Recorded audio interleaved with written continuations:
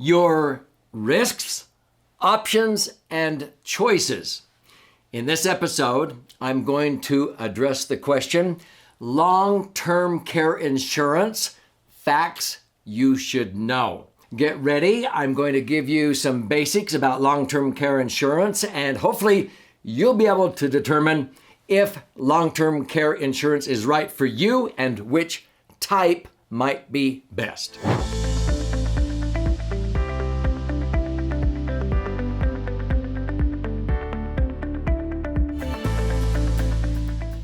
So my name's Doug Andrew, and I've been a retirement planning specialist now for more than 47 years. And I've noticed that a lot of people, as they approach their golden years, they get concerned about their money, maybe not outliving their money. And so I've helped a lot of retirees reestablish or reposition their hard-earned money, their savings that traditionally has gone into IRAs or 401ks, and reposition that money in order to last as long as they do. And so I've been a financial strategist and helping people from a tax standpoint minimize taxes and make themselves immune from the dangers of taxes, inflation, and market volatility. Well, one of the other things that causes most people to outlive their money, besides taxes, inflation, and market volatility, would be people maybe living too long or running up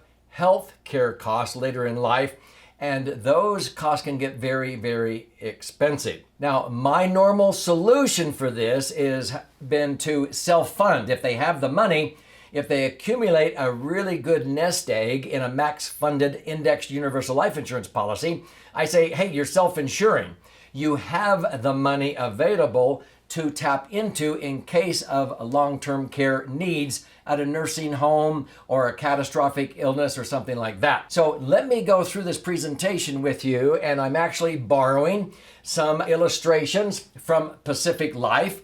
And the gentleman at Pacific Life who put this together is Conan McFerrin, and he has given me permission to show you some of these illustrations, and I'm going to teach you what you may not know about long-term care insurance. So I'm going to keep this as simple as possible as we go through. I want to give credit to Pacific Life, and you can learn more about this at the end. If you stay with me, I want to gift you a copy of my most recent best-selling book, one of the instruments that I use to self-fund long-term care. But there's one other option that I just learned about that is going to be very powerful, insightful for many of you watching this episode. So let's start right off the bat talking about long-term care and what it really is.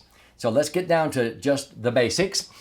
Professional healthcare services you may need if you develop a chronic illness, or you're unable to perform at least 2 of 6 activities of daily living. This could include eating, bathing, dressing, toileting, continence, and transferring. And so, your mobility. And so if you cannot do 2 of those 6 things for at least 90 days, or you develop a cognitive impairment severe enough to require supervision, that is what is classified as needing long-term care. Now, it may not last a whole long time, but that's the definition. A person may recover from a chronic illness requiring long-term care, such as maybe a motorcycle accident or maybe a seizure or Alzheimer's or something like that. So you can get over that. But a lot of times when people enter into long-term care, it's more of a permanent situation until they pass away. Now, what are some types of long-term care? You have in-home care, but if you use family and friends, they may not be eligible for insurance reimbursement if you have long-term care insurance. That may only pay if you have professional help or staff or nurses. You have assisted living facilities, nursing homes, community care centers, adult daycare, or hospice care. So these are some of the types of long-term care that people usually utilize if they get into a situation like we've talked about here. So U.S. long-term care incidence is totally dependent upon person's age. Of course, the older you are, the more likely that you may end up having to need long-term care. It depends upon your health and family history. It also depends upon your gender. And if your family has a history of dementia and Alzheimer's, that also would motivate you to maybe want to get long-term care, or that would be the need to have long-term care. When you're considering long-term care, there are some common misconceptions about who pays for those expenses for this care during that period of time. Sometimes people think, well, the government programs will take care of this, Medicare and Medicaid, or your health insurance will take care of it, or disability insurance, but you'll find that some of them have limits. Over here, you might have options for paying for long-term care, and you could purchase long-term care insurance, which frankly I have not been a big proponent of, except in certain cases, or else I'll use my own assets.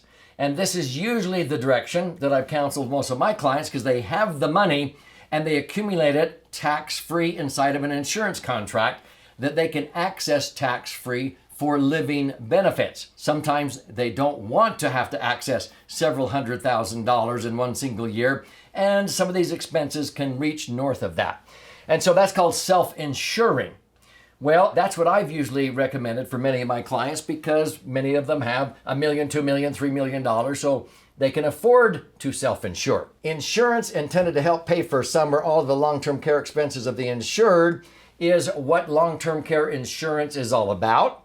It began as early as the late 1970s, and it began as a nursing home type of insurance. You had to be in a nursing home, but it's expanded over the years to cover more services as more and more long-term care insurance policies became available. There's basically three different options or choices, and I'm going to keep this simple here. Your traditional long-term care insurance. This is where you pay premiums into a long-term care insurance policy for maybe a very, very long time to be able to have that insurance, like a health insurance, that's used for long-term care needs. Two is the asset-based long-term care or life insurance, and this is actually a pretty neat option now, and I'm going to show you why. The third is to use a life insurance policy.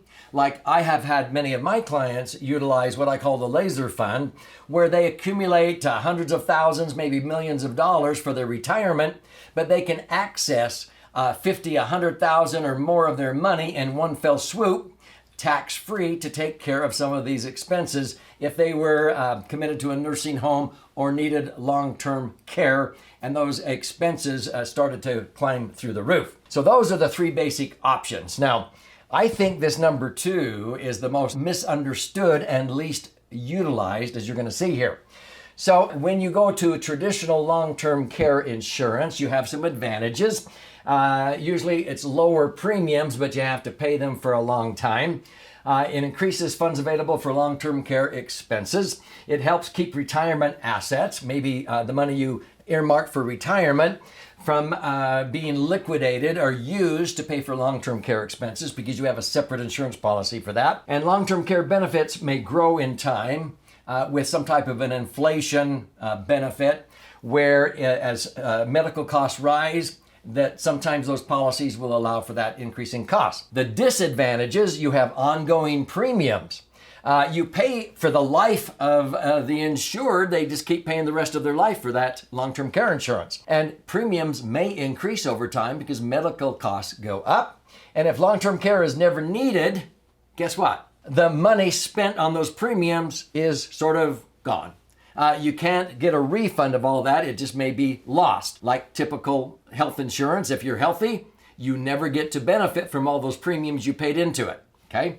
So those are the disadvantages. When we talk about using life insurance, which is what I've recommended for many of my clients up until recently, you have advantages because it accelerates the percentage of death benefit. If you have $1 million or $2 million of life insurance death benefit, some companies will let you have a certain percent of that, as much as 40 or 50% of that, without dying. If you have a $2 million policy, you could access up to $1 million of it in a long-term care benefit to be able to pay for those expenses. And so you have flexible premium payments, and you have a higher death benefit amount than with the asset-based insurance. And so those are some of the advantages. The disadvantages is long-term care benefits paid reduce the death proceeds. So if I take out $1 million out of my $2 million life insurance policy, then the remaining million is the only death benefit I leave behind. So it reduces the death benefit down if I'm using it while I'm alive. You must qualify for both life insurance and the long-term care coverage if you use it for that. And inflation benefit options may not be included in a life insurance policy like a long-term care insurance policy. So far, so good? So if this is intriguing you already and you can think of somebody who ought to watch this episode, be sure and share, click like, but subscribe.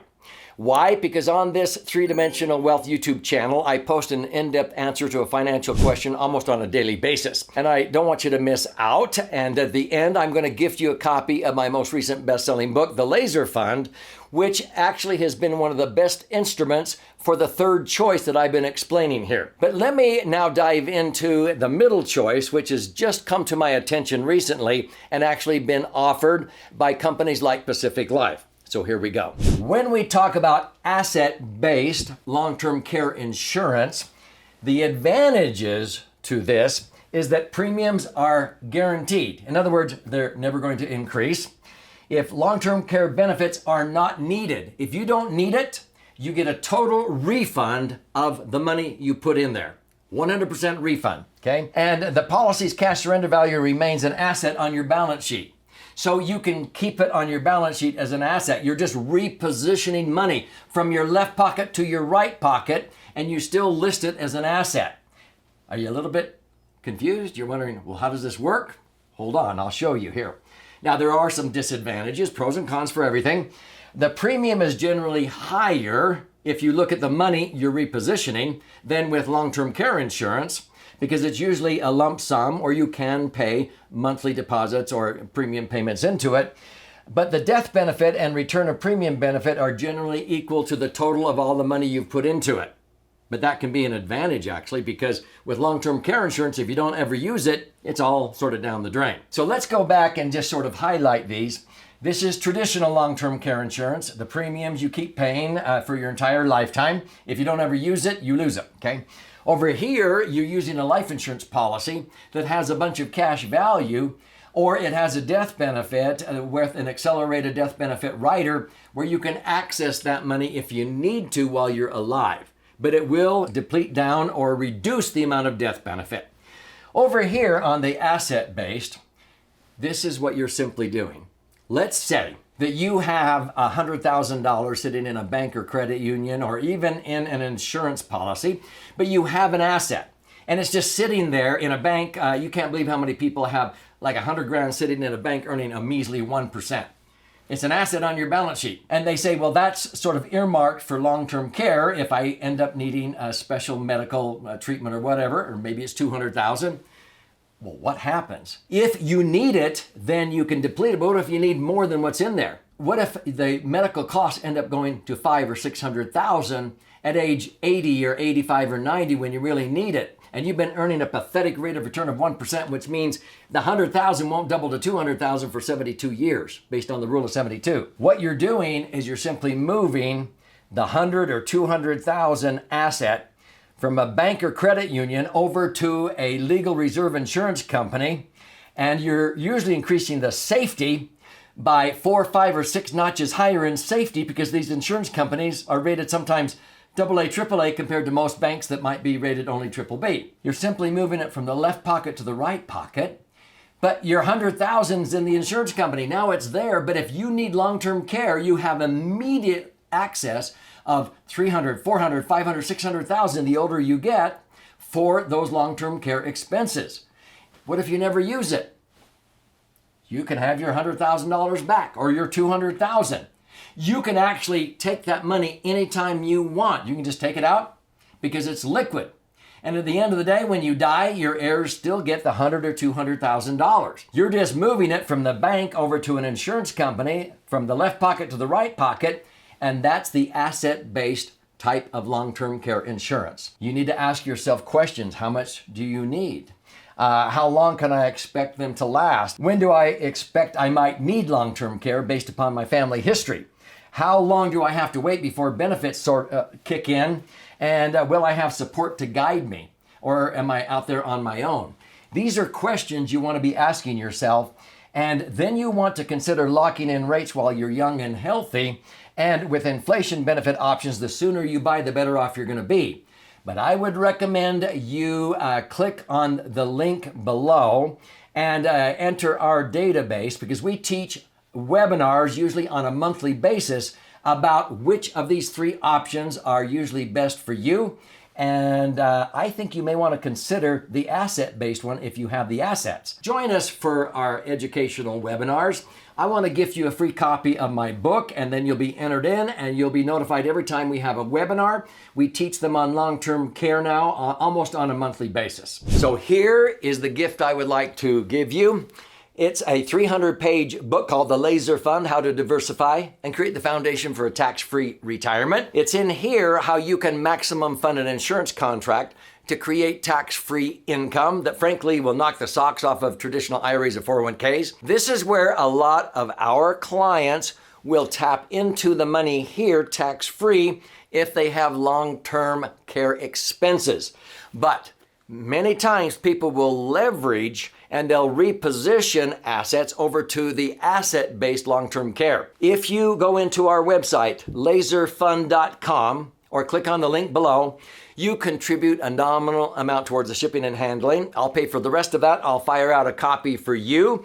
You can read and study this, but then you'll be in our database and be notified every time we teach an educational webinar. And if you're interested in learning more about long-term care and those three options, join us. You'll be notified when you claim your free copy of the Laser Fund.